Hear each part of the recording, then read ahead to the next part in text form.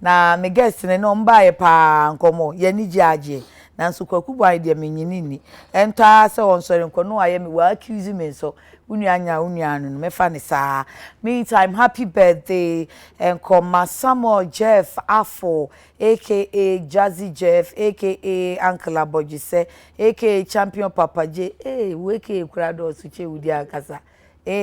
Jazz Samuel Jeff Afo we are marketing any distribution manager Humano Energy and then pamucho girls boys brothers or say munshian wo Blue Balls Pub e wo Madina na munyeje ngone so no betua enti se wantua munhwehwa akosia support ne dubai mapeka ma wo mo enti Uncle Jeff Jazzy Jeff Uncle Abojisa Uncle Papa J Champion Papa J baby I will be it's your day, enjoy and have a blast na ensema hodwa enkrata ne de ba ye ya abedwafo na ba enti ye ba ne aba bedi ho nkomo teacher for no court say de mu ye illegal monko class NLC na koye ne so NLC no nko an koye enti wo ko party court so atie no wo mo beko ana wo mo nko de enwanwa ne say daily guide enso de abase aban se we yi 49 million Ghana cedis say ye fantu arease no na sembisa ne sentina betimi atua na na no fie da no adan one kan chom so mo ma me na wo twa na say wo de hu ebedwu ada sika no me release afa sika no na ehye he aboso be mu tokro be mu na wa ansa na wo yes afa na wa ma ma hu se ne na wo kra no wo boapa na wo ye wo mu sa fi se ye kra ne ye ka se teacher for mo ni aba ni ni ye wo gusu a wo ye niama sa na sika no wo wote so eni e be sha afoforo so nkran o to mo ye ya nti no mo se kasa aban tini atua ese sa kasa no nko ana aban ete ana nti eno e ya asembise bi ni health insurance for die eno die sika amfa mamia na maker ba wote si edi won komo se sa ye si o ye tua claims no e wura afi mu no 1 month pen ye tua dia aka nyina no go ti omo se Monday 16 December ko omo ye cash and carry private school for say they want to be part of the free SHS moma wo mo nka ho adato wo mo no aduane abo wo mo uko school mu wa hohwe tontro wa hu no say ye insurance ni etimi ede private for bam e ma ni ye ya asembisa ni say free SHS private for ntimi mem e ma ni ye ana abadwafo no ye bebisi wo mo ena ye mame sika let me look for the paper because I'm not seeing well 44 Ghanaians Yaya Jame must answer for the murder of 44 Ghanaians says a mouth shot sakesi na mkase wo mu se yaka kra wiama sabre na abandada ne wo so no wonum de ho mpatasika bae ema ye state funeral ehwe chronicle mu ema ye state funeral edi emai nti sesi ayi justice a my short e frese wo mo nsan emfre ya ja mesi wo meyi anu no ni semu ye hopisa bedwafo ni bi ni mumra obetumi acheche yemu e wo sa kwan no eso owura kwaku boan wo ye deputy communications officer ema NDC makani ye atwai and the white what is your victory something who watch it no to me baba chiao obecha me a wo white atwai why are there but also cry for me let me do ana ka so for me me da si me awanu man ka se ma fe una be ha game usuba mpone ne won se no Uncle George AEC communications team member Emma NPP sika Uncle George sir Pacho you me hu watch pa ba ya me hu other platform ade won pay haba oh me ba pa so last me be share o neat neat ba ko pe ba YouTube die afi na me share wo boko die abo de na da roma ye tu se bra be ka sika no ho asem won Pacho you okay ene ne kusan wo ma pa ko kuti ase na me fa ne nhase e wo mse udi kan ba nso me sre wani die na masem no ye shase wo number 2 ye dia besi number 1 but the palm water there no we good me da se class wa kai me the opam matare no kwaku pache friend creative line na oyo bema obo adwuma pa owo Obilex restaurant opposite Swan Lake Junction oya quick fix into we so person ogibi ma makuma eno ani say obe WhatsApp no obe pam bia ma obeje ne number eni enu ni twero 0244 695057 0244 695057 and 026 4414945 026 4414945 creative line opam kaftan mami eheme na ehume meka obeka se o ya nsusu ha wani onse ne kwaku bwan kre ka we die mischief bia nim diabolics bia nim wanye propaganda bia politics bia nim kwaku account for me so many agema danase ti unso ko creative line won pam ne fefefe show ehyewa amanfo beka se oba wa yekiko be ma wa ye delu wa ye nam if it's a creative line edwudwama kai say owo Swan Lake Junction oni Obilex restaurant no ene di animhwe metin so Addis Beauty ene ye onu so ye bema ameka cho say ni din ba ko ye Braid King ne hu ha oye adwuma kama pa ne sa no so efe nti ya na mo kan ya uti we die fata Addis ene boma me Addis nso obetimi a WhatsApp no no book appointment obafie so be boma 020 9627202 020 9627202 na sempaboa wo de be match so a MacBook collection wo communicators sempaboa wo MPC die wo journalist die wo school for die wo cameraman die and wo floor managers die wo bia mpaboa wo honum oh adema carbon mo shoe yi wo bi ho pacho MacBook wo Pick Farm wo trabe di Pele Plaza no ko nim kakra bia on sabe nkum so friend 0244 211 491 0244 211 491 be pedicure ni manicure e pen what say e can say show we die ye e pebre mu e ya no akọ studio fix no fix wa kama say we nail na ukoya e wonsa no koya acrylic obeye ni kama ma ko axe why o ko wax eyebrow and now ko fix ye eyelash ani nyina studio fix e be fix so friend 020 2966553 02029665553 me do mase kwaku mi da so wakai me we die otan kwadura no wayi ni mirika me yi mirika me nta wo ya bebu firi kumase na firi bai wonye kura wo wonkai da nti we me de be kai Uncle Isi adan na ban atwen ya ma strike NLC edi America illegal afi ya ban se ma release skano na egbo aboso ni mu gidie yo sisi ya medo ase ma minchia ahwefo na minchia wankasa ne menu akwaku buahe na our production crew nyina aban abeka se sa akai ekabia bebia na efie ebeduye no enye ekwanketoa na aban aye ho hyehye atu ho anamo a onze yesi ya ka ensuehie ye benum ama na adwo mebo ye benum aha vedasi ye benum ama na adwo ye num adwo awie onze ye ka menua e Vincent Sefo e ka se ye tuamu be ye oha ediokron enum 95% benokran so ewo mu ne se onze ka no be bi efi from 2012 to 2016 yes ye buy ya so mutua na kakra omo pa kire se de aka no asa chedodo ya komfie miensa enti baby edu no am say ya say ye dada wo mo se dai beno kra wo mu ne se yewura professor Opoku Amankwa aka se wo de akọ controller ama mo ahwehwem ama ebia nso eba o so ye cross verification no hu se sika wo tua na ka wo tua no nipa na wo tua ma no saa na wo se wonya wo ye hu adwuma ena wo de hu sika ma no enti saa verification processes and validation processes eno na ama ebia che kakra enti teacher for kan say baby adu die se be ensu ata aponkyere ni enti wo meje wo yi na ye ka se da bia se wo ne yen ani ne yie ye ko yanim na so da bi se saade a Endra menua Vincent ka say akabe 80 million. Ya de bema wo mo na che say sika yi afi ho.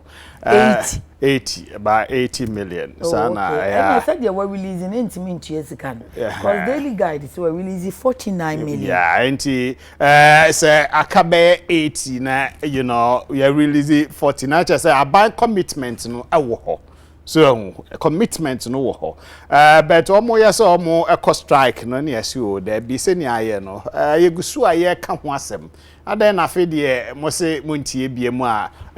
motie atua a mo se obi a fa ne chalk ento honom ene ne marker ento honom esa asebe yese asono mienu ko a asase na bre he nkola ne awofo ene bebre ye ka say sisi ya akọ omo be exams time ni enti yesre wo mo but aban etie ne ya ma first tranche of 49 na che say hwehwemu no omo wie ya de aka be 31 million or say dey ebe ma wo mo na bibia poma akotwe ne twebe ana meboa na asuje aba na sika ne wen na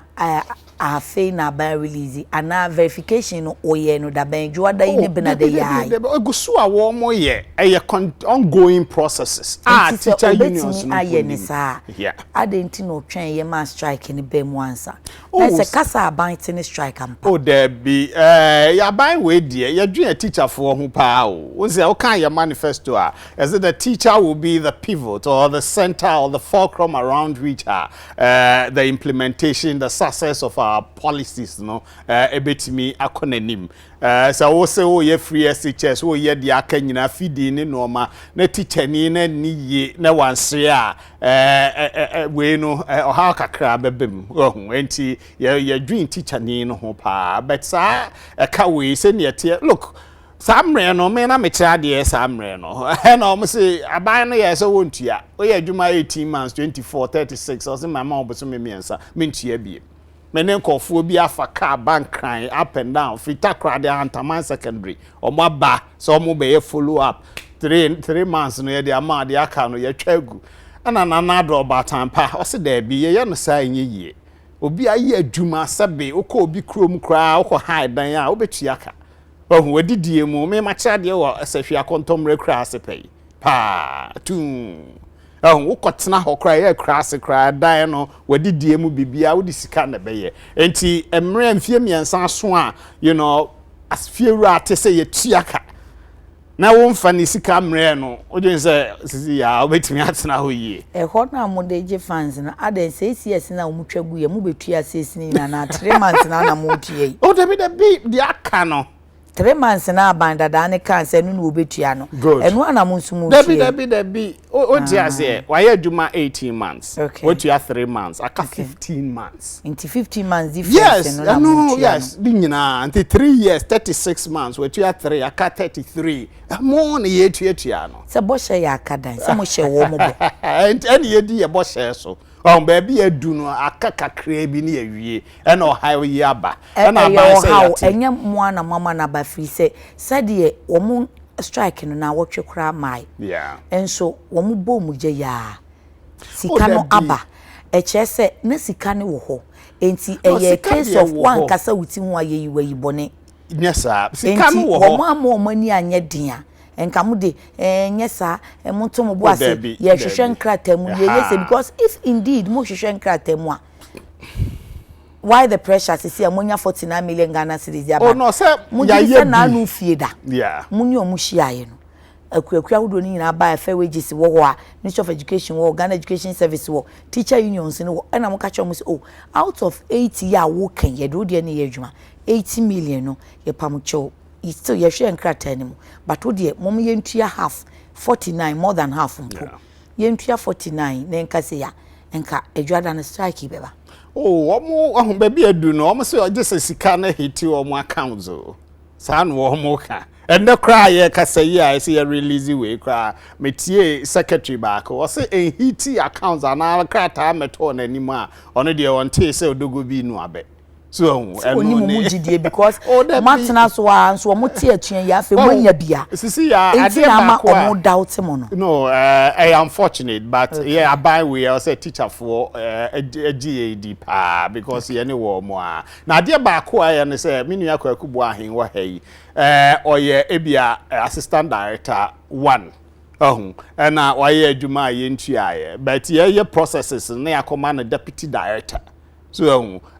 na professor Pokwa Mankwa said there be was ye hwemu ye hu say ampa kwakubu ahen designation as assistant director 1 eno ne ye tua sika na ma no but wokotua na deputy director na say akonanim enso enye ne dibre no so sa problems ni we no eno na ma mo ye sa validation processes to hu say kwakubu ahen ampa oye assistant director 1 ne sika ene ye de koma no obi nso ye ebia security wo ho enso oje deputy director pay. Those are the issues. How many years would they rectify that normally? We no na dosu, we no ni aye hu adwuma besi samre. Be they say ultimately aban a release bi. The aka no me sure say nche bia e be release na teacher for asumu adwo mo na you know omatimi akohwe ma na ma. Nti afa ye den na analysis san court expert ko kase ye illegal. Ade am ho premu am opetu ya masemo e den na mo bedi be ma. Die ntina mo ha mo ho kopesi ka bitu aban de yen ye o na osinzo so ye na dwuma so ye na dwuma se be se teacher for etu anamo a emfa ne kwan so a so sorry no hwe se wontimi yen hwe han se a teacher for etu anamo bi a enye mra kwan so ono so wada na wo yen hwe han da bi otena ya na be sorry se da bi na osifo mo anyemo adwuma yie nti ono so etu nanamo ye na dwuma aban so ye na famu de him say enka court be ka say anka no am release this can. Oh, yes. Oh, you be release because warm ya den aye betua. Den aye betua. But ni per se ya bi enwie ye nti na ya ntimi release ni nyina no nti ya release bia wom nsom na omoma abotre enye adwuma na omunko classroom nko ye adwuma na dia aka no omampani obatampa do danko akufuado odebema wo daben. Oh, say validation no koso. Enti owie ya ye de aka no ebe ma teacher for. Validation ben. Na me kan say ebi mo obi ho a na mo ye validation ka for Fred e mo ka na ba. O say mo gidi say mo ye validation. Ye bi say unza ye tua bia unza me kan say about 95% is being paid. Enti di aka ne egusu aye ye na nke pese ye wie na say ye de mamo a na eno ano no but omo ye sa strike ye de hu say da bi ye de bi dwemu a ebeboa but say mutua nipa dodo over 100,000 people 120,000 man tua ni nyina mo mutua ne kaka out of this 1,008 na wo se mo wie bi no ada no de na mo wie no man kutua na mo twen ma strike na pese ye wie 5% aka de enwie ni nyina preko because won teacher for na hu say ye tia bebre just abanya or ye committed to paying it like ye ntia bi mo kano mo se ase na 120,000 nyina me president na Angel Kabonu we na me na grant member and me no kwame alovi nyina na na ye chef ako oh okay but kwame osan ko nata na there be kwame there say or pension or call retirement or head what secondary school at secondary enti is it o ahomgie mu enti ene ye chia na yeah enti ye nya abotre kakra ka bibia eko kama enti ye besre wo mo nya abotre abai we yani wo mu edini na wo cha de wanka obinya sa abotre oh minya abotre baby oh mo kwame I love it me brief me na me say yeah president Kofo waso na me MPP communicator so ebi wo ho kwame brief me wi am say David be support kwame interesting kwagu baby yaba bedruni teachers na fe aban nya sika no emu kakra 49 million na me kwam ka se ni nyina but Uncle George amiati ase se 18 mo manya mu 49 se wakobi mechia ya hwefo nyina mechia one mebra okay ene nkofa no mo eyadwuma wa na sister baako deputy central regional organizer sister Evelyn was watch yaw sister Evelyn mechia wa no pe bia wo bia sister ye ne teacher for ni ni emprepi no ana a teacher for no inform as a aban especially aban or takunwa so ye ne omo emre bi atwamu abanya sa abaye no omo ne teacher fo head ne ne ye wohwe kasa abanya aba na aban bi mo pe MPP abaya ba ko asa akọ no sa omo ne teacher fo ne ne ye che so mo teacher fo a obeka teacher fo ye kakai because kasa omo kasa kire wo mo ene ani dia ye mfa teacher fo ene obu a etese ye de teacher fo ye mfa ma wo mo no ana teacher fo abamubu se na de yenzo enye nipa na because asem we ba ye kesi asem we na nkanya asem bia wo ba wo hwe mpanimfo a edi MPP fo anim enka se firi wo manu mu ba na time kwaku abaya ono ne predecessor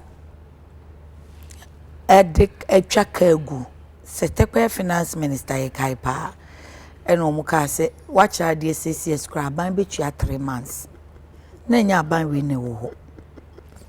na aban na ba no si me feel se sabre no de ani mu ani ne yenti ye betua na ogusu a wo tua no onu mum oni teacher for ani sister aban continuous aban obana inherit assets ya say ninti na wo kan bisa say aban subsequent aban na say I say ututu aban ni omo mi MPP aban na aban be continuous no MPP aban mienu awaba no okay ene teacher for ani ne ye eno na me ba na nka me ma example aba mu no aban oba na se adwapade wo ho a ofa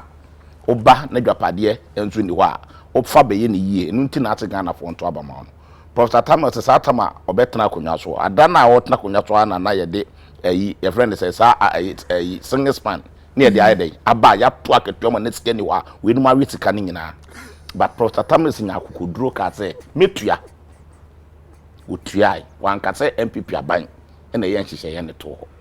ntina me ka twata mamuo eye nto aso enye se wo bi aba beto omo ba ya na ye ja omo oye sikai omo ba omo me yisui nto ade no man ka se nditi fo de ja oye sika ne to enti no onyu so enye ne sa waba a teacher for say what the cow man na de teacher for cow enye nditi aban so nu sa say anything na me hwe so be ka sa aban subsequent aban me ye politician te be am di free ba no na e to ote aso why waba ana waba beto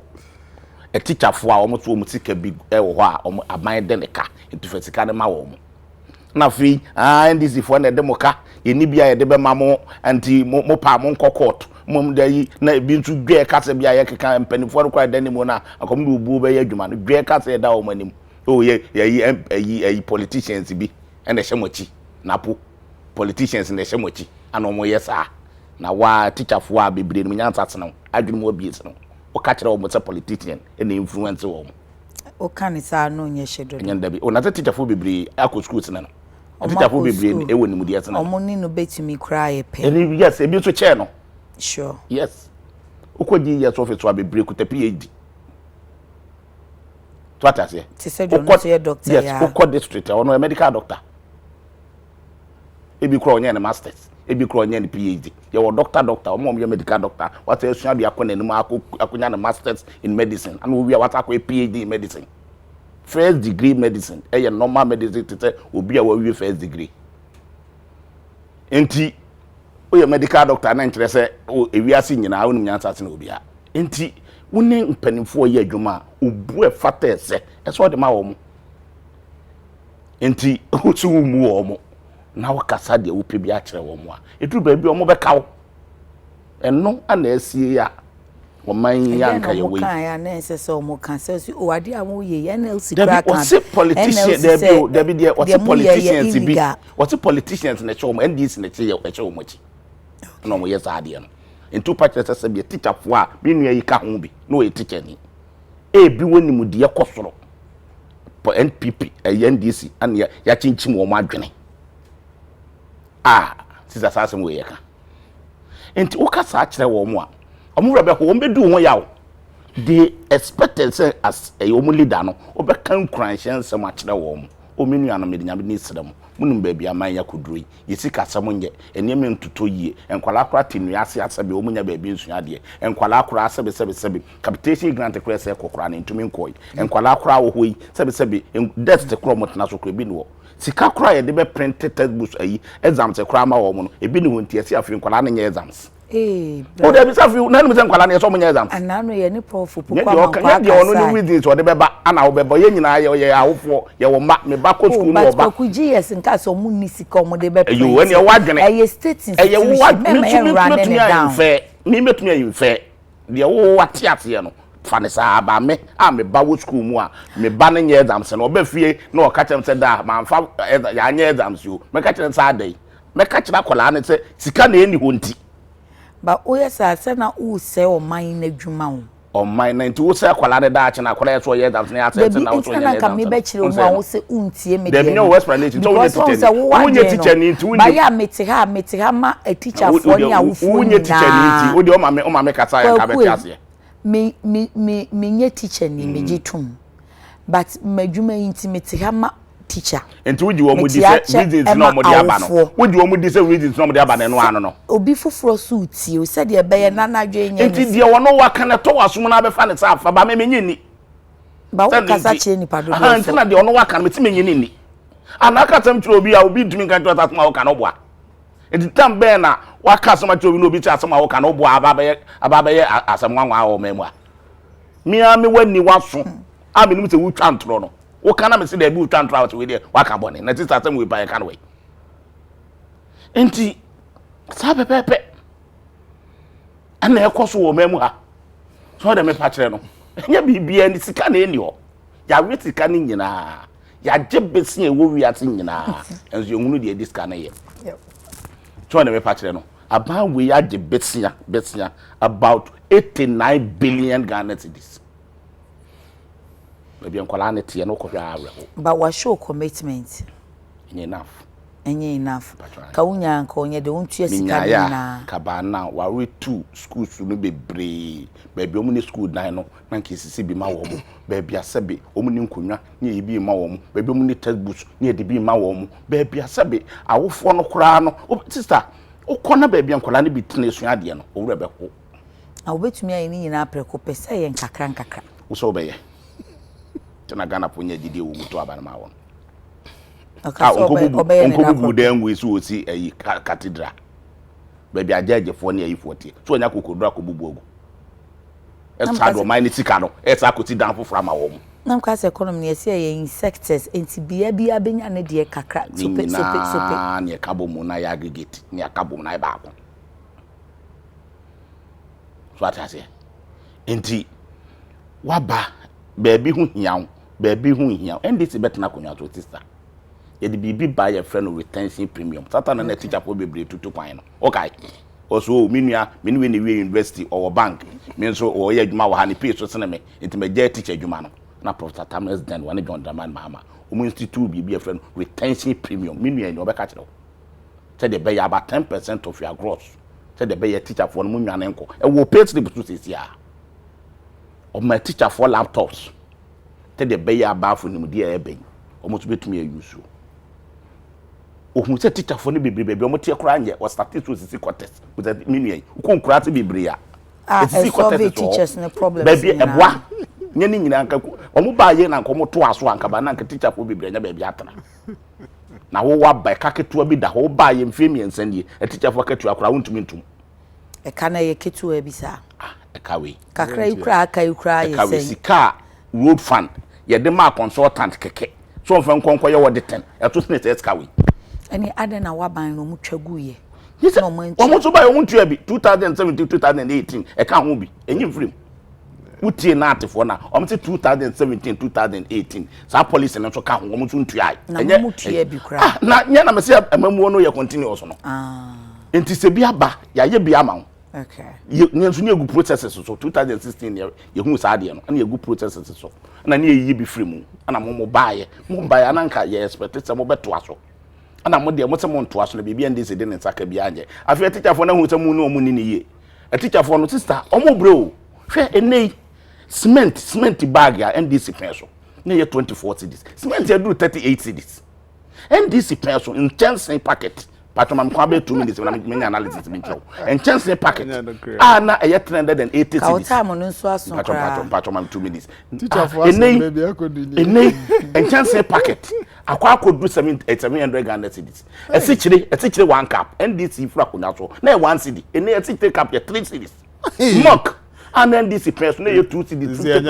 ene mock edu 4 cedis Kafua mama fafua kan atomeboa ba nei fuel ankasa and this there be me ba fuel ankasa awase me kan kire na this petrol na 13 cedis 90 petrol oboa na 13 cedis 90 petrol nei 27 cedis anya no kre ba teacher ni na katua no de atom mpokura quantum no enu 2 million teacher ni bia katua ni wa over 3 years ni wato na katua 2 million ba bibia ekoto 1924 cedis na teacher for no nkire omo wo satan no na teacher ni no wajini pay sister he teacher ni anu waji pay 3 million teacher ni anu waji pay 10 million no NDC pension no okodwom no okoton cement ya ho otumi tot cement maako more than 28 hey and the same teacher ni no ne ketu ana move to 11 million within 3 years 11 million ne kodwom a eton ayi sei enti clearly no utmi hu se enima nye baba we ni abaye tika ba ne nsempa aba we ni abaye tika ba ne nsempa wonu se aba we ye ho yi tika na aba no bebre about 200 billion omodi ne kwa wadi loan 89 billion na kire madwuma ba ko wode ne nsaka aba ye wie wode atochi bomadia na bisa wo mo consumption na consumption is not part of the economy oyi ministers 125 wodi tiaka nya bi ni wode teacher for ensuo to anagata mu ayichoku na nkwale ewu abranka seti kana wodi tia ministers 125 no kabituma tse hu bi some minister ma menwie apart from omu pay no mama yende apart from omu pay no so kra to bwa kakra to bwa kakra na wo de mama 1 minute there be o ka 30 seconds 1 minute but they all can oni can so ana there be figures be to go ho anya no kre ye buy ka besia ya boy 85.7 billion na sisi ya emu okutie my finance minister already budget no for be legacy debt ka wo mu ja ya immediately was ye pesca na etua ni we no kwa 33 billion na bisi omobo fi 9.5 billion kufuo president kufuo jae egosi 122.3 billion omude ja here omokoye no sisi ya ehunsi hunkwa yetua fi 2017 to 19 aye 31 billion ni mienu nkwa aye 64 billion woti fi 85.7 billion be man for teacher for ne de na nhemu bi ni nyina aka ho bi ni nyina enti na aye continuous payment won say me ball 80 million ya aka no nti factor eka na o de behim onim say road fan or boss yi o mo de akosi awa o de shemu wo hemfa 2020 budget na 2019 no fi 2017 ti ne etua na kakra up to this point enti de ebeka bia no ya de share subsequent budget mo so enti sa na tie we ya road fan or boss yi onim say o mo de kosi awa je bisia you buy more than 70% of road fund goes straight to a certain bank escrow account. Now petrol can open Google, but will be a fifth. Wow, should be a fifth on the 5th of January 2017. 5th of January. Yeah, by 7th. Yeah, by 7th. Oh, now you're talking about the 5th. No, do you president? December 7th. I need to about. No, say teacher ni no this scanner. And never win what the quarter. Ain't you okay? No, and I'm here.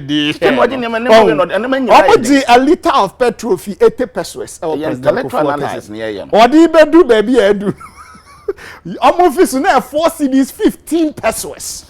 Now, began for your back exchange rate depreciation and fuel politics are buy way a modern book on an impa.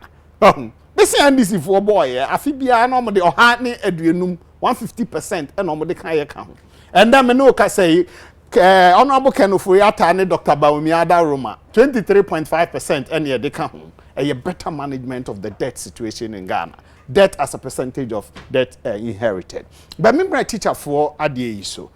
I am a de say a 2 and more a TC. The best teacher for no teach you Nagrad president ni post chart ni we and I am a de papa. Mini angel kabunu. menim say wo na wodi enkofo na nim etoda bia also show so obema yenim ya student leaders be yet ase but we were no student leader that be say also a union leader or a union leader so student leader etoda bia also kakra na as a student they are not radicalism we dey one union leader nti one no what school for level edu be bia obasa also show say no kind of rant brem so enra me so kind of rant but wanye sa so asem kasika imu nchi oh no sika na ye betua no ye ntwi in fact me mu sa asem publication na am see teachers me kra me ya me see mu nto mo bo asem aban na say but omudi ye oh there be ebian say ye de omo court to compel you only comment be o kan I say o compel me ko class be compel me na me ntia de am nche esa kasa no ya na nya de papa my nya de papa so mo so atede enwo no saa o nti le sintesu kokko obi enu yes nti baby bi akokko na o mo che because ye che ye ka che o mo se mo ankwa ye be fa new teachers amoma be and sector ministers you be you know be up engagement obefro betena se ne yenka edi wasem ne dey napo that is the style or dey ye na djuma omo sha se oni omo ahia almost who's our munya stalemate cry many times ebi o kan say oh baby adu no yetu adu ha mo ma ye mre ne ye o so o dabi muntu ya ne say esa am fi say oboa bet me boa say met me tue mu 95% 5 no na me ntua na because commitment no ho bibia also commitment any here enti a chechefo yesremu a aban yi ewo adwempa ne botai pa e ma chechefo de ba yi me say once a year to sa na mo yi mo besom ne ehu say baby a de aka no enche bia mo nsa beka na enko kire yenkola na de ne ma enche bia ne di 3 years oh na say 49 no sisi ya me catch say 3 years no ye tuamu bebre 120,000 aban ben na sabio ni timu odin a o ka say ye adwuma mfie miensa na otuamu buso miensa ono de o ya aban papa ono no te a o ka say mfie miensa sabin producer sabiemu otimu nya din a obeye obehwe wunni anim why sa sisi and a teacher for the case wo ye no nko biem and wo mcha no contract and wo mo de mobile na mo nya comparison na mo hwe so na mo ntia wo baby ya say bio ya say abo bia ba wi wabru a enye ya say de kwakuo say de abo tia no mo betimi ado sa mi na ma to be sama a teacher for anim pa na o ye adwuma na o se me ntia ne ka dey enti yesremu na nado de yesabe onye saa obatampa o se o di musika ni nyina emam ye won hyehyɛ papa the rural hwɛ ye manifesto mu a teachers o mo gi posting called the rural areas no ma nyina ye will find policies and programs ema wo mo so and as free SHS ayi o mo ye extra ayi it had the allowance ekoma wo mo enti these are good programs are ye wo ema achechefo continuous education you know and me wie no o kan single spine retention premium no cre but see ya me no nyina nim se president Kufuor aseti sa single spine we roll out ania fofia antoata nya menta de mo bae no mo se ye ma mo mre kakra president Mills ampa Ghana 40 workers nyina kan se ye ma no 1 year o sedai ye ma no mre obae nso no so behwe mu but the way an ye implement o vary you know benya hwe ye say have a love is better than none and ye so musa enti president Kufuor o ka single spine asema no abonidin because chairman one education is union is Mr. Boatin bi ona no chairman of that committee enti president Kufuor ni MPP de adwen Ghana adwumayefo ho pa Mr. Kuya me gidi say ene ya word sister ya me gidi say MPP for adwene Ghana for ne teacher for ho nya sure say come be subject a teacher for akosa how we na mani huna omo ekomu teacher say am no ka talk class my teachers go any textbook come the chinade I just say okoko bre na wa okope books uni sika do kope books I just say wa kope books and stand to me I a reference to na ntesa baby ya dre no baby o enkwala akra textbooks omo de chinade akro mu ne bi textbooks enkwala esua ya mo packs o enti ye just ani ma we nyina na ye kana obeye humble enough no admit to fault no akata oh baby education adure no ye beye bi aka ho amenkofo ho ato mo a gidie say na nkanya bone but wo hwe postry a mo de kata no a na enhye teacher fo ni nkunan teacher ni so de ne ka fetika na ma na so obi na de ka no to obi na de ka no to wo mintua oh ya mi wa won so ebi hye wo to 2 years de ewo ho eto otua ma no untua na mpacho mo ka so mo ntua ana se sika no kwaku omo ka so mo ntua na wo hwe kasa wo hwe omo kasa no kasa e cheze yendia na kasa na nge enche nkura office nkom no mo kokot na ase first ana mo do matam to mo nim no mo ka asem to akoma so asem to ebu e man kofo abamu to mo a office nkom be strike no ba om call ye no post no mo di hia wo mo no ene mo bufu ye onyi se we nti na mamo se e bia Minister of Education se NDC na cheche ni fi se aye se ene e mesa abo agu gare mu bi se me yi ho anom onabo na po ye nyina ye minister no na mempese mekọ medin kan aka na asem awie se de oye no anye ni wan kasa yi anche teacher but se de wo so jagu ai se wo ye takra wo je wo ye takra wo je enti wo so pesa wo di game political asem no nche teacher se teacher ni no a se be wako ni tuku awie a wo ye adwuma obi ne che no kutupa enji kabo no obi betuma che no kutupa enra de we okasa aye no that o na ate ano no o na ate no obi betumi aye dai a che no kutupa enti Madam Philippa yes obi betuma che no kutupa untumi che no kutupa omo ye enkofo a omo do omo nti de o ma me wie ya sister hwe kwakuma mu wie but o ma me so me busa me kosa ana o ma me wure fifi me ma we mfi because wadi aguti muti no so wadi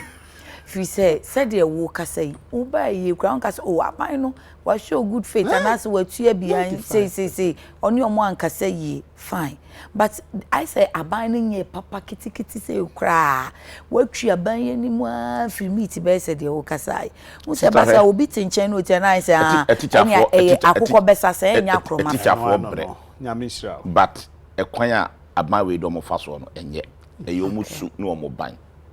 na mfisa ban na unse o ka na de no we de nti e ma o bufu ye no public knowledge de ma o bufu ye no obi ani a teacher for ban bi ani a teacher for ni on say de ma teacher for ni bufu ye kra ne say on say emre bi atwamu teacher for bi ko strike MPP for person ama mo pay am fa ma o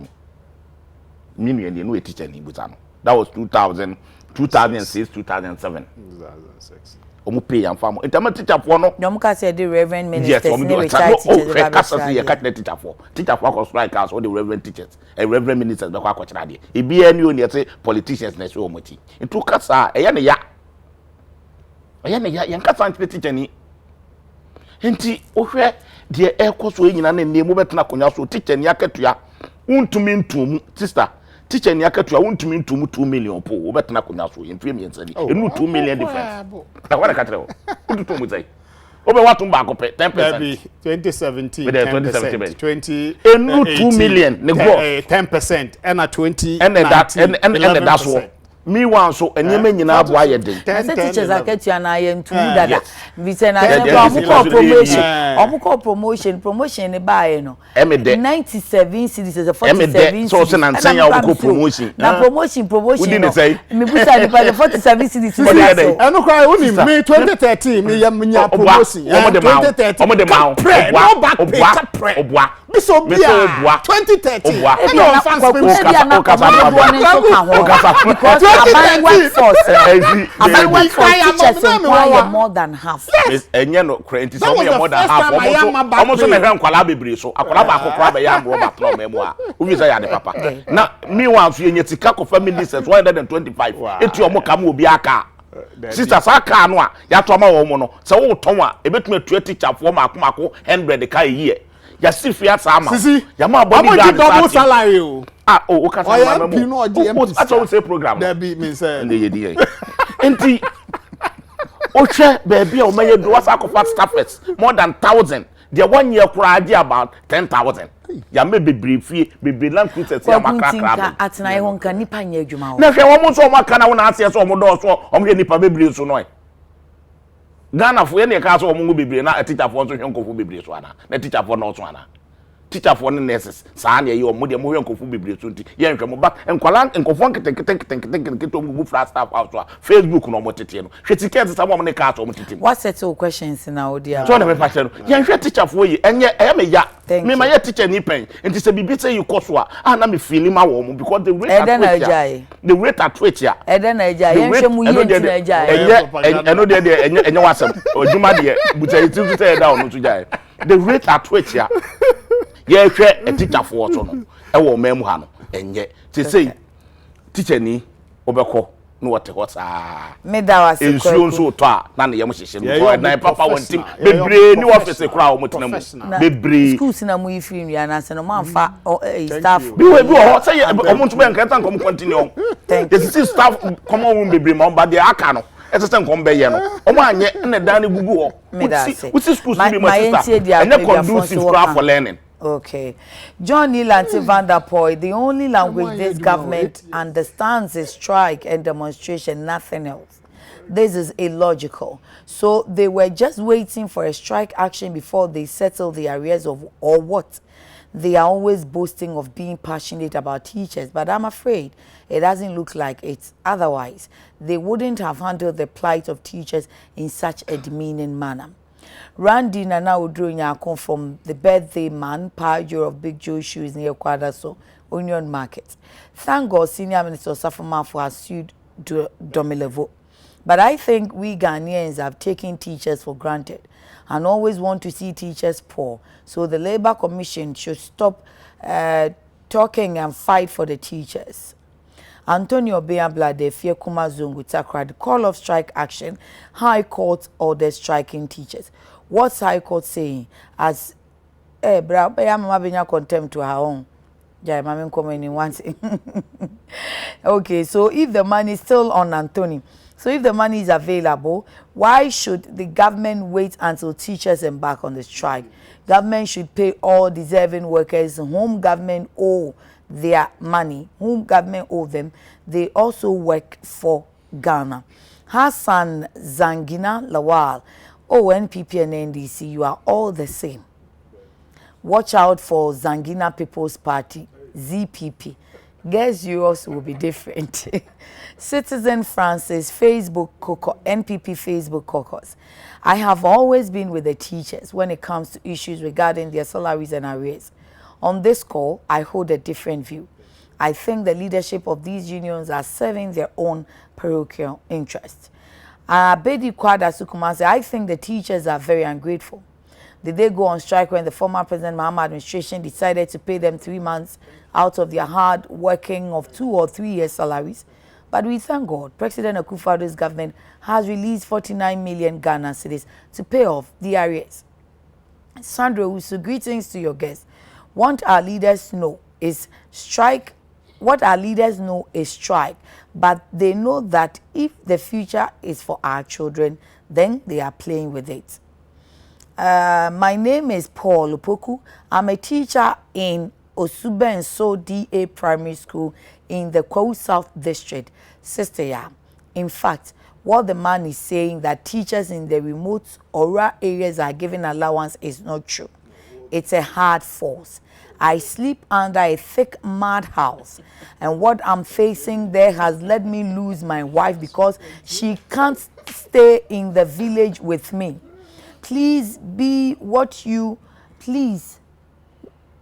want you to ask him. Okay, I want you to ask him for me that if really there is an allowance for the teachers in rural areas, it should be well stated because I don't know anything about what he's talking about. Aside that, there is no single chair for teachers in my school. We all sit on bench. Also, more allowance my teachers or more.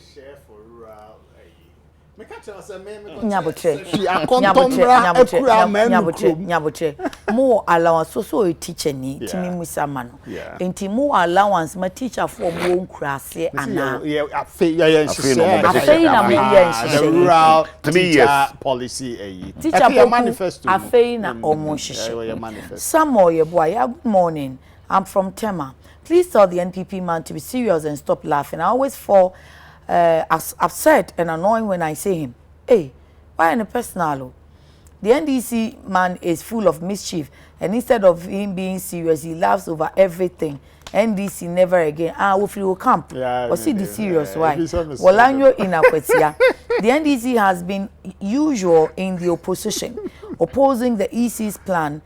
to compile a new biometric register. Wolanyo, you know very well, Neyanka Enuhuasem, but Makai. They simply have jitters about the compilation of a new voters register. Samuel upon good morning. Osemobeye. Morning and fafu. Hey, bro, to TV. So say yeah, dear beye. And come on, no kind different. Okay. And I show Mike in neighbor. Oh, okay. Samuel upon good morning. Yeah, my name is Samuel from Sakumono. Please tell Kwekubwai to stop lying to Ghanaians and speak the truth. For once, we were all in Ghana when the late Vice President's wife, Emisata, told teachers she is not going to provide them with common chalk, and he sits there to tell us that the NPP government that is paying the arrears they left does not think about teachers. Evans Kwekutebri, Efiokuma #1. Yeah, this normal under every government. Okay, so this is normal under every government. Both are the same. Under the NDC government, there were numbers of strikes, including teachers. So we should always expect that. And yeah, that's why our school, we can school masem kweku. Private school for say yeah more can free SHS on. If it's a see school no, I say eku.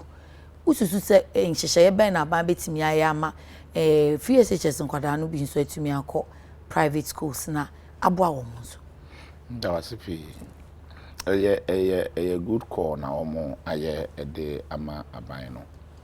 If you say oko private schools ni bebra omo facilities a betumi ede accommodate yenkwara ya omo e secondary school. Basic ne de em say program nche den work say, but to move to secondary schools no e ho no na program ne kakra wo. If you say enam free secondary schools nti no needed nkwala na nka say at school private schools ni nya no omo san to me anka bebre nso facilities o betumi dey accommodate sa nkwala no and say adjust nkwala no ndi so omo e ka kira ban say kebe ya ye ma wo mu bia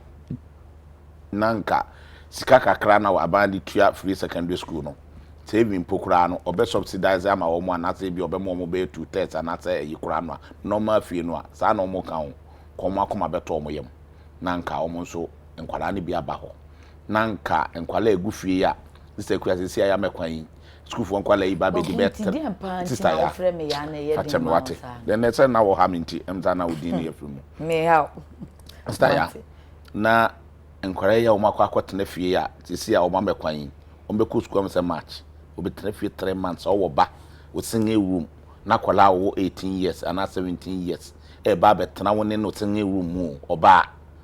singe room mu 18 o betena mu 3 months ya o hwe bibia betumi esi akora ni prabonte kora wo ma Kokumi Nchawano, this is very interesting. Me wo teacher ni bia na me ko ni school wo Tiobodom Senior High School. Me money di na o time am information na waka che me say good morning mommy. The money paid is for a different purpose, not the legacy arrears which is in contention. And was sending me a copy of the letter I did from Ministry of Finance. I did come out on 10th September 2019. Headline in it. Release of funds for payment of outstanding transfer grants and other allowances to qualified staff of the Ghana Education Service years from 2017 to 2019. You are hereby authorized to release the sum of 49,998,626 cedis 72 pesos to enable the Director General Ghana Education Service pay outstanding transfer grants and other allowances to qualified staff of GES from 2017-2019. The breakdown of the total amount is as contained in the table below. So there is a table,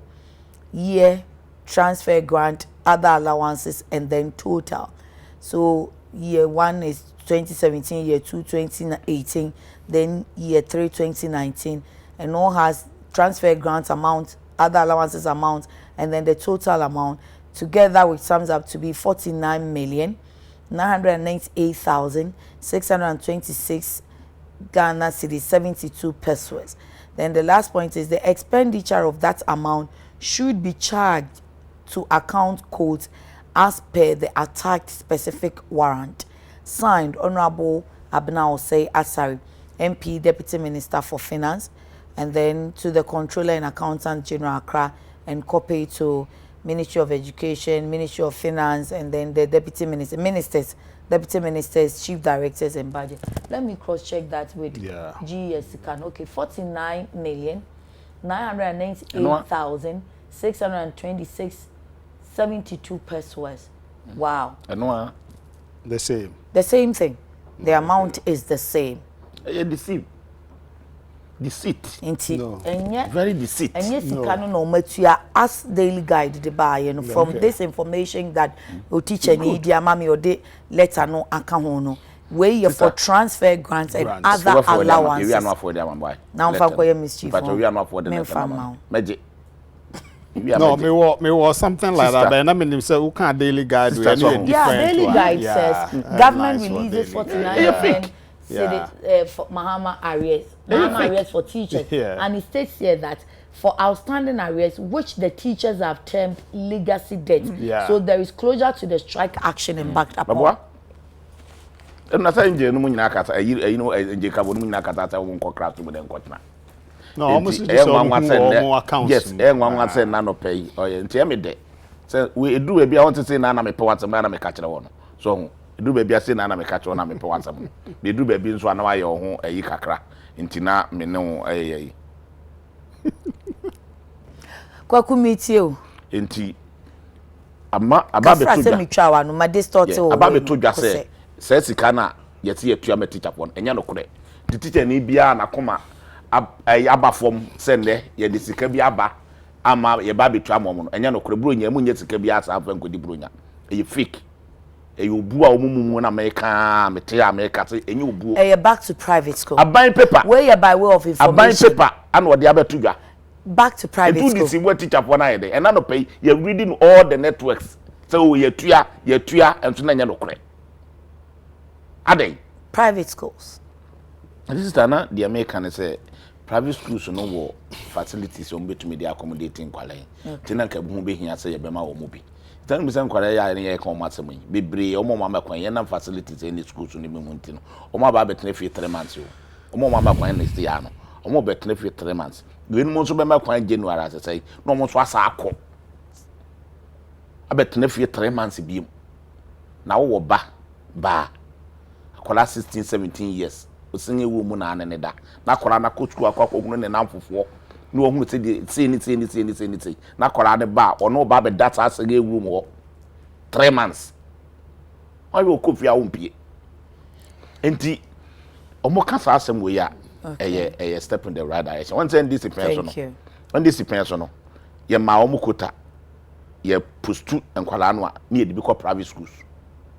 Okay. A teacher for a almost private schools and also akoma to mo yam ahonhaeba. This one esu kira ban sa ban e ma wo mu bi. Netika na wo mo de ma mo di tu akra ma wo mo no. See we kura 1/3 and 2/3 ne de ma wo mo. On be manage no manya bi de atua o mo workers ka. So o ma pam nkwala bibra na o mo kira de ho. Ni nyina adwuma so ho na aye de ne wo ma mu ndey. Ye egu banks nso. Ni ye say egu schools. Ye good banks, ye good schools. Unu say banks no. Enkola ye yo modi sister. Mami nwe kakra banks no enkola ye yo modi. Enkola ye yo modi enkofo ye yo modi akwatena fie. Eye ko be 20,000. Na say private schools so bele enkola ye wi SS ya na sabe ana bebre kura wi university a omunya dwuma nye ntoma kwatira de wo private secondary schools wi. Ya sa pam omunya sa akwatena fie.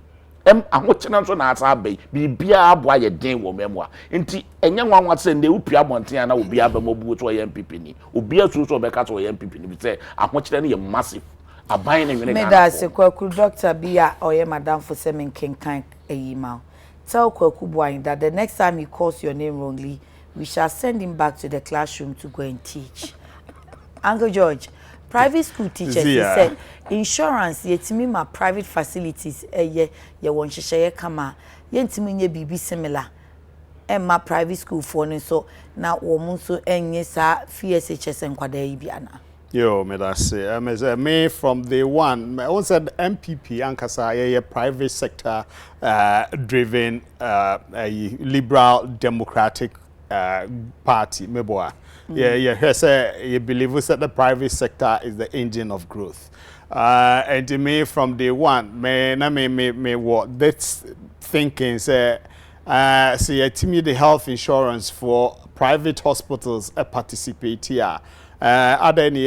private schools and play integral role in the rollout of the free SHS. But normal P or as you see, I was see a factor into it and sana. A byway, IS, ya perceive, answer na bet shadi or any level, and I was a professional. So, there were basic qualifications be I was a winner. Say the abasa was say answer na be checheni no so pass your licensure exams. So enti answer na be no so na chese wugina we professionally trained. Your mouth crab wouldn't crata say also the chade. So private sector, private schools no or my crado say me follow this principle ana. Because in private schools be obi or SHS obi or how we university or yet professionally trained teacher or not child ye or honey no manti sa criteria ni nyina was say you factor in and sana yet me am participating in the rollout of the free SHS adwin pone de enkai adwin papa isusie no if he say the private school managers no omo engage the sector minister na omo the way meet me ayesa na che say who say answer no bi obecha de wo private school bia ye the school nkola no bi be ma wo mo no they meet the criteria of the professional teachers or meet me ayedwuma wo no and America say ni nyina ka ho na aban fin say no ya ban ono ani schools no obetrim no was trending no matimi absorb enkolai but the private schools no a bit of facilities yes private school are what requirements in any case sa line seizure semi yeah last year ya neba e ba ye nche enti mo work ye requirements no say as say teachers say wo honom no omo ye license o my national service we anyway ne die na omatimi aba be county se mo mfa o mo nyina momu a at least e bi mo betimi meet requirement na mo betimi afa o enti na me say stakeholder engagement private school leaders no omuni aban enya engagement but say me o maka good enti me catch us I'm for sa idea no so me feel say the private sector should participate in the free SHS because the omo kana me so me ditumu ne say our facility or in fact me who schools be are not takrade anyway omo ye documentary be or TV so our infrastructure pa yes and so obi any ho you get it and me feel say sa adwin poi eye I was engage you or but the basic enunti me say aban empeso move towards that immediately they say the quality of teachers at what private schools and no see a factor because private schools no mostly are driven by profits. And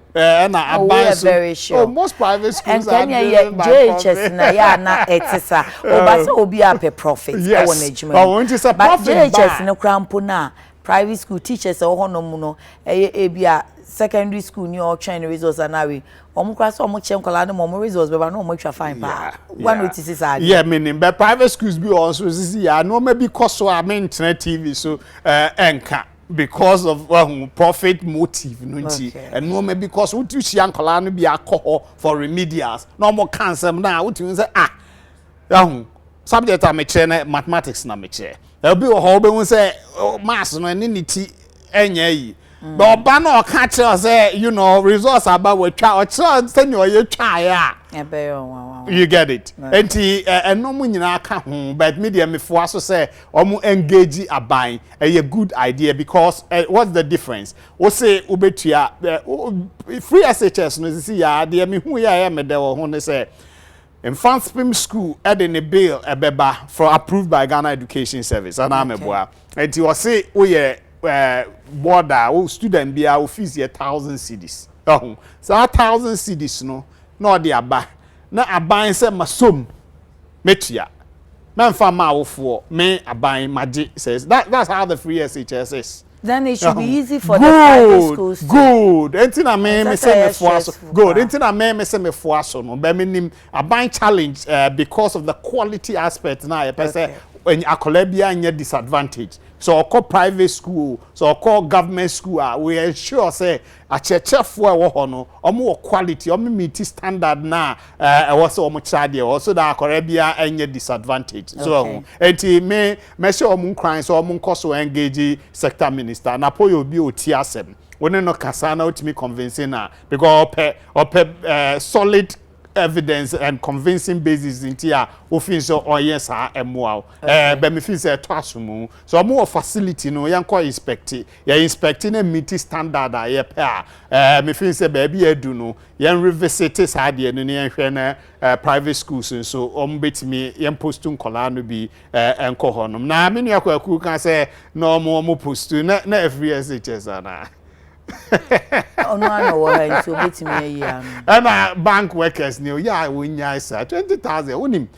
enka omu nyina ya consolidate banks ni no manka we mu nyina bank ni ugu amadwumayefo ni nyina akotena fi bank ni be degu bank na good that yes ewuo mwankasa wo ma banks no be 600 million Ghana cedis dey no mo dey because no books no ye toxic sisi se book no ye toxic I was say would detoxify no. And so on say me ne wo ka say aban a proposal ama omo 15.6 billion to make the banks liquid. Akọ. When so obi wo ho bank bi or 1,000 wo ho or 200 kwa intimi fama no. Because the first one was to detoxify the books of the bank. No mo ye anyina wo mo nan so. Say udu ho a wo 1,000 na e betimi e de amount. And no to make the banks liquid. Okay, Dr. Baumia campaign or can say banks be 8 be egu. Okay. That's it. No, TSC one kasakra yiska and my banks no be unu the benefit for no ye. Omo che di bi ko be a bank foforo and e di bi call Sierra Leone diamond business ni no. Because one from when ye near chi, one ye meticulous and careful and he say bibia the ye. And sana mu diska no kogum. I said they were two ska kogu ballers. And this is the sabi amu ye bibi amu hwemu eno aza gidi aban we bank or mind be abekon anim a o say imanifo ade abai economy 54 point something%. Che say yen hye and I man be 2 points so ejina economy so enti ye da kan no for ya taase any Dr. Baumia head of economic management team Ghana hope for the future. Okay, so see anaka yen say 8 minutes into the beche ne 4 yen hwe se mo beka no 5-3 Gebeka ye anchor man short na se mo dia to dry argument she ase be nene na nsa wo parliament ye say North Tomra she be dwanu no abo okujeto ablakwana kopija ba ye say sa asem no mu nsan nya ne mu Ghana de hye nipa be say aduanan bia wo mu ko Gambia ye kun wo mu si wo mu ya no na wo mu di akira nya mu no san ba ye no. But yetiti yenso yesi asa abre no kra compensation by ema ye ho state funeral nyina ma asafo no enti uncle short suggestion ye minimum ade kwaku adwen osen ho tasem we no igidi yesese anya politics compensation be one ye the more na se ebe ya igidi yese yan compensate to appropriately said de be ya abusuafo no ho beto mo but sa Gambia asemo no ye kan say the rate at which you see treaty no the entity ni because nanka Ghana bituma bibia afa ho sa na ye ntumi anye de anye bibia amfa ho na didi mo a was me fanya politics but men ko because we yi na si ene nsemo ko so a na migidi say nanka Ghana ye betumi aye bibi afa ho but ye on concern nti say na beto dwa say ya jame but okay say ye enta badada no time no ye tu ho na mo ma compensation begin no anasem nesisi no em say ye ntumi antu ho na mo ama em say ndi the crowd raise ho concern bebre say satana na ado ana na ye attorney general no the minister for foreign affairs ana ye can say the ekwan of fast wa odi asem na chi no we ni akire yi ama justice ama but say me sure to say Yaya Jammeh no president then no ye bibi na etia no na ye dia me gidi say yen testimony no ne yen see on International Court of Justice yen testimony yen na ye ma ye mranimfo enkonko di akire ne yen say bibi wo ho ne ye ya ebeba say de be ye ebese wa deterrent amada leaders ni bia nkofo ba wo mukromu a ne etutrasem ne ohawa ye do mukomu no NCB monse Ghana ye tutu kwan pa ana okwa African countries na mta onhuru country ba kokora Ghana ni ho ye wo ba bia na modwa ye pene kakrenti nti megidi se ye ni se ya ebeboa na nsan ya South Africa ho ye nuanu bia na te ho nso saa ye do mani saa yakayaka dia efiro na ba bedu Nigeria ye nuanu Nigeria fo kure no mo ano omutumi kura pampam ye nkofo afiro abroko road say ya magana for konko di jaifro eti okodivu am na bi atwamu nti enu nyina ye niema esese ye hwe na ye di akire ye na etu ase Ghana ye hu se ye pe ahoho enso ahoho nso mpeyen on ye di agi ahoho saa enu na se me pe ayi bi ato na ko bi egu ayi niema cover phone cover yi bi negu omo de kwachire na me frɛ no te wo mra what wante me ni ka twa wante twi different language no worker ye ni ejina baabi ana ka bi beduru ho wo ba yi bi ana obuta se ne ya frɛ na because na fo ntua ya so nti wo fit say ye ne a ne buta na say no ye ne katwi a wonti twi o ka different language o say obi mo akra ha o mo nti twi but wo ba for taxi nso aduru ho eh ene ye wasan bɔ ne po enti na say ye nuanom fo a o mo di dwai o mo ni abre se san konfo e nyina o mo tse o mo dwuma nti e bi fa emra wo ho ame wo na wo su amra emra wo ho ebetuna pam wo mo ama wo akoni ho atoyen bro nye ba beduru ya yentade nka sisi nka ba now Ghana fo edo mo dwa kama nka ebi anka kakra beba enso wo makofa ne ma inferior goods aba begu abonten na wo ton fofofo ana Ghana so man ni mo aye dendendenti no obi apade ye cheap because we sika no sisi anata 4 minutes na so nti mesre se yen testimony no ne ehwe na de bi free mu ba ye de be suen hu no me da say Eja George. Yes, see ya. Asemisi ya komo ase ne okan no baby cry compensation ni no mabai. But some no so na ebi victims no bi say Yaya Jammeh ankasa na instructor so omunye di omuye no. Omu wo nyina so a ekesa. And the baby adu me fin say criminal liability or culpability. And omu pese omu twe personally on yeah na Yaya Jammeh ankasa. Because they say not Gambia, Yaya Jammeh, no, because of victims no because on no instructor. Aha, omu chase you, omu room, no, omu te, omu kasa, no, omu they were, and I just say a government state approved execution. Okay. When he so Sadia, yeah, the Chastela Court, International Court of Justice, and it is a Yaya Jammeh, enim hubi, and no my instruction, and you know, so hodia, many Justice Mel Short, many Justice Mel Short, Ebayadri say, ye bet me, ye him, near Trino, and call International Criminal Court, near senior, na compensation, also, ebia at that time, and yet adequate and enough. What we have to do as a state, but mejitum pass Yaya Jammeh omema criminal prosecution emrem no ankasa enko ansa anya sa future obi wo tumi a ofin se sabe or thank God otumi ye de ope best way ebekire omampani bia titu African leaders say who aban mu anu nche se sabe we nyame bibia obeye bia obebu ho ankonta in a latter day so enti omafre a mefo aso ye hwe ne ntu ho anamon and that say ebia Ghana Attorney General na was utu anamon a suggestion just to say Ghana be interested yeah since ranking member on foreign affairs and so akasem we dey me say obey the needful no on Attorney General are engaging in the way forward. But before us to say criminal prosecution should be brought against Yaya Jammeh. Okay. Now, all them letter no pay bi won. Me best starting na me nim say a different one. Na me nim say a different one. Enra your platform. Your platforms be be. Enkofo kan ho asem na me kan say enye no. Na me kan say enti be me buy ya wo kan say daily guard no na me so o guest. Me here be there to the mama. Guest papa be na o yes,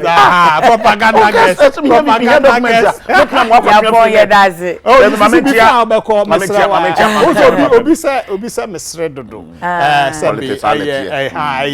Intellectual engagement. On say na me buy me na ko enyan tokwa say na ye nyina nso ye wo style of communication so e be appeal to the solid core party base. A be so communication style no e be there you floating and the independent voter. So answer na obetimi awi no wo hia core and now we are floating voters and so. And do your communication team members no be should appeal to those people. Omo bit me attract and they make the difference. Okay. So we are hardcore too much. No, you don't attract them. And you have different communication style. You party num. You omo appeal to the hardcore to retain them. And I call for the independent and the floating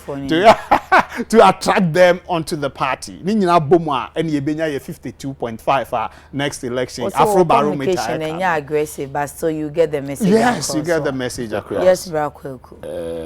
what's your friend sister? That's a good one. Befano class. No, no, the Kiana. I